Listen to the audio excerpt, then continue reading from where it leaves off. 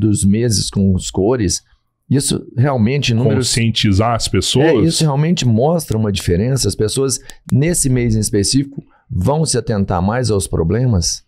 Essa é a ideia, né? A ideia é você criar um chamariz, um exemplo, um marco, né? Para que as pessoas possam pensar sobre isso, né? Esse é o mês da prevenção de câncer de pulmão, que é um câncer extremamente complexo, né? E tem muita coisa relacionada com isso. Então a ideia é fazer rastreamento em quem tem indicação e a turma ter juízo, quem precisa ter juízo, né? Então a gente sabe que câncer de pulmão tem uma causa, né, principal, que é tabagismo. É isso mesmo. É isso mesmo. 90% dos casos de câncer de pulmão são por tabagismo. E 1/3 dos outros é por tabagismo passivo. Bicho. Então, não tem jeito. Então, mas quando você fala tabagismo, depois você conclui para mim. Tabagismo hoje é todo tipo de cigarro. O Viper, como que é o nome? Vapor, cigarro de palha com filtro sem... Narguilé, charuto, tudo. Caraca.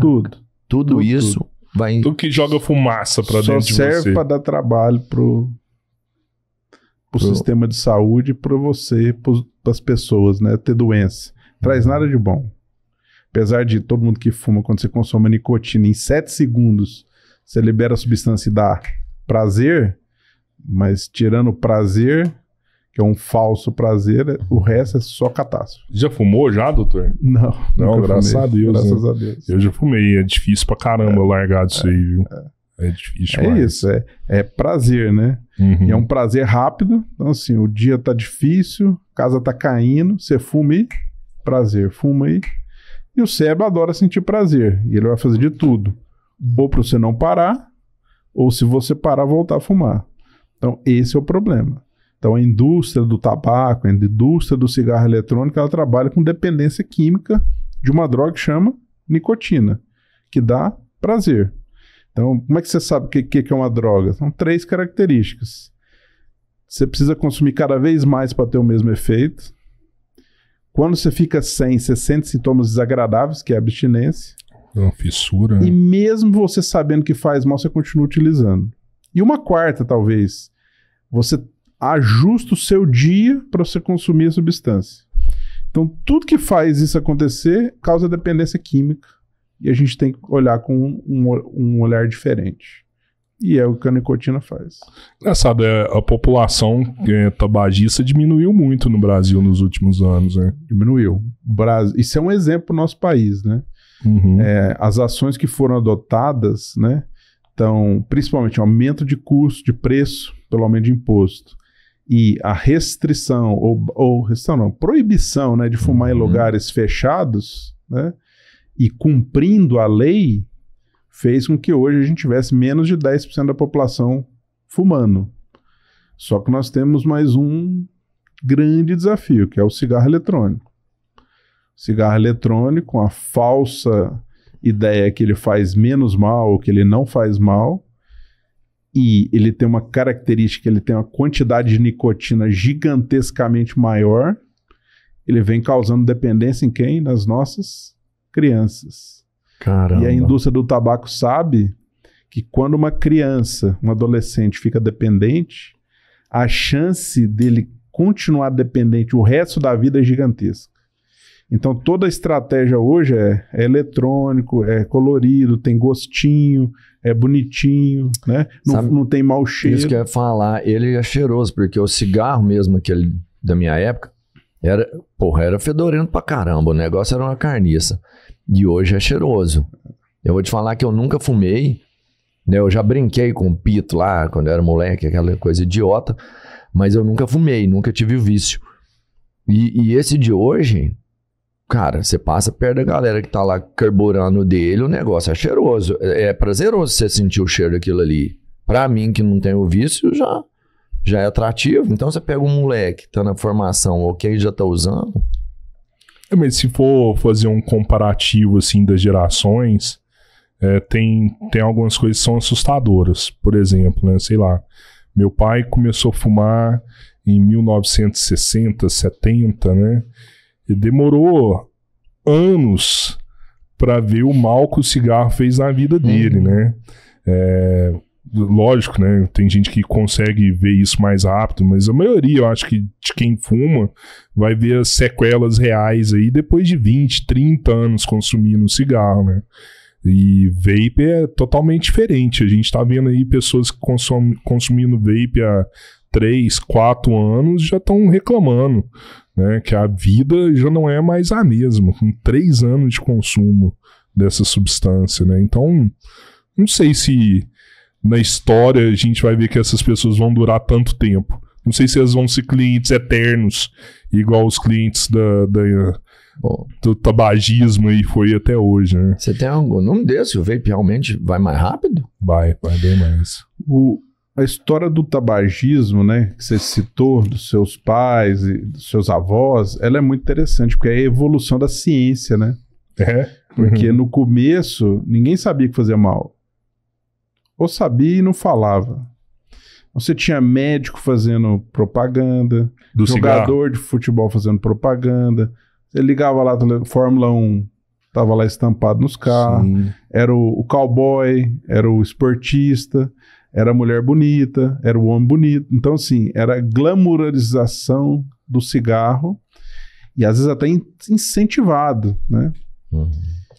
Com a ciência, o desenvolvimento da ciência, foi criando evidência que o cigarro matava mais e causava câncer de pulmão, e causa enfisema, e causa 30% a 40% dos outros tumores. De 40% a 50% de todos os casos de doença cerebrovascular, o responsável é o cigarro. Então, assim, é esse impacto, né? Hoje não. E aí, o que começou a mudar? A legislação no Brasil, né? Porque hoje... E aí é um dilema, né? Do cigarro eletrônico, dessa questão de legalização, regulamentação. Como é que eu vou regulamentar uma coisa que eu sei que faz mal? Mas para controlar o quê? Que tipo de qualidade? Então, é filosófico o negócio. Então, hoje, não tem ninguém, não vou falar ninguém, mas quase ninguém que não sabe que o cigarro faz mal. Mesmo porque qualquer massa que você compra, tá lá uma foto esquisita. Então, hoje não tem essa desculpa que tinha na geração dos nossos avós. Mas no eletrônico não tem não, hein? E às vezes o cara compra o eletrônico e ainda tá golpeando o cara ali, então. Teoricamente, não é legalizado, né, cara? É isso. Teoricamente o eletrônico é legal no Brasil. Tudo que você compra é contrabando ilegal, tinha que ser preso. É proibido o comércio de cigarro eletrônico, né? Proibido, cara. Proibido. É ilegal, contrabando. É um grande desafio. Só para você ter uma noção do desafio de dependência. Se você pegar o cigarro que tem mais nicotina hoje, sem ser cigarro de palha, um maço tem lá 15 a 20 miligramas de nicotina. Eu tenho cartucho de cigarro eletrônico que tem 30, 40, 50 miligramas de nicotina. Tem gente que fuma 2, 3 por dia. Então, você imagina quem consome 100 miligramas de nicotina é como se estivesse fumando 5 a 6 maços do cigarro mais potente, campeão assim, sem filtro. Mas a nicotina não é a substância cancerígena. A nicotina é a substância que vicia a pessoa. Isso, que vicia, ela tem alguns problemas ela pode dar alguns problemas cardiovasculares. Mas junto do componente do cigarro eletrônico também tem cancerígenos graves. Né? Então, ele não é isento, o risco não é menor. Pelo contrário, o risco é semelhante e você passa a ter risco de outras situações que o cigarro convencional eventualmente não dá, como o cigarro eletrônico.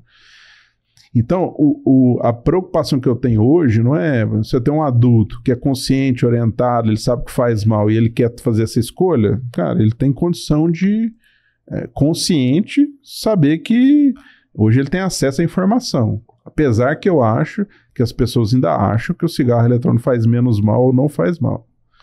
Agora, minha preocupação é com meus filhos, com seus filhos, de começar nessa onda de brincar, que é cheirosinho, tem um gosto bom, é eletrônico, brilha, bonitinho, e criar uma dependência. E aí tem estudo mostrando que com o tempo eles passam a consumir os dois tipos de cigarro. O consumo dual que fala, né? Então, assim, esse é um grande problema. Talvez, na primeira vez nos últimos 20 anos, nós vamos ter um aumento do consumo do tabaco através do consumo do cigarro eletrônico. Então, essa é uma grande preocupação não só minha, mas da ciência em geral, de muita gente muito séria que vem trabalhando contra o cigarro eletrônico. Não tem um vape e o cara tá na fissura pra fumar, ele vai no comum, a hora que vê ele virou um usuário dual. Caramba. O vape ele ataca a garganta primeiro, ou não tem isso? Tudo. Não tem um lugar que é mais protegido que o outro, não. Inclusive, por exemplo, no charuto, né? O pessoal fala, eu não trago charuto. Tem 2 tipos de nicotina, tem a ácida e a básica. Então, uma que está no cigarro, ela é absorvida mais pelo alvéolo, e a do charuto é a outra que é absorvida mais na cavidade oral. Então, o dano é o mesmo. Então, assim, isso? Não tem assim... O charuto, charuto faz mal, fumo de vez em quando. Um charuto equivale a mais ou menos um maço de cigarro. Então, assim, vale a pena, né? É um risco. Mas é um risco de ter catástrofe. Então, vale a pena ter catástrofe? Porque eu sou pneumologista. Então, o meu dia a dia é atender pacientes que têm doenças causadas pelo cigarro, ou não, mas os pacientes que têm doenças graves, por exemplo, enfisema, né, o DPOC, doença pulmonar obstrutiva crônica, eles são extremamente saudáveis, mas têm o pulmão destruído e têm uma vida limitada, com uma qualidade de vida muito ruim, porque fumaram. Se não tivesse fumado, estariam numa situação muito melhor hoje. Sim. E uma das piores dores que tem é esse arrependimento de ter feito uma bobagem que poderia não ter feito. E isso nós não vamos voltar atrás, e o